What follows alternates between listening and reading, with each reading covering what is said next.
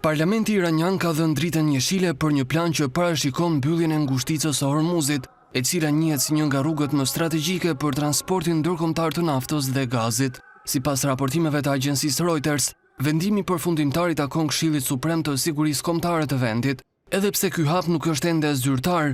Esmail Kosari, një figurë e lartë ushtarake dhe deputet në parlament, tha se mbyllja e ngushticës mbetet një mundësi reale që do të vjet në zbatim sa herë të lind nevoja. Mbyllja e saj do të thoshte një ndërprerje menjëhershme e furnizimit dhe një rritje e mundshme e çmimeve të naftës në $120 ose në $150 për fuqi. Kjo tronditje energjetike do të godiste të parat vende që varen nga energjia e importuar, përfshirë ekonomitë më të mëdha të BE-s. Sipas ekspertëve, nëse ky vendim zbatohet, do të jetë më shumë se sa thjesht mbyllja e ngushticës, pasi do të hap derën për një nga krizat më të rrezikshme ekonomike të shekullit të ri.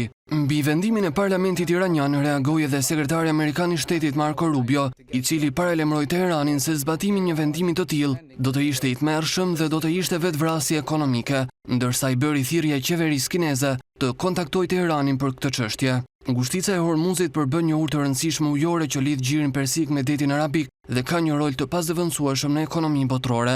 Ajo është rreth 50 kilometra e gjerë dhe përmes saj kalojnë çdo ditë miliona fuqi naftë. Nëpërmjet Iranit dhe Emirateve të Bashkuara Arabe, kjo zonë është shpesh një pikë përplasjesh mes fuqive globale. Për shkak të peshës së saj strategjike, çdo zhvillim në këtë ngushticë tërheq menjëherë vëmendjen e aktorëve ndërkombëtar dhe nxit shqetësime për sigurinë energjetike në nivel global.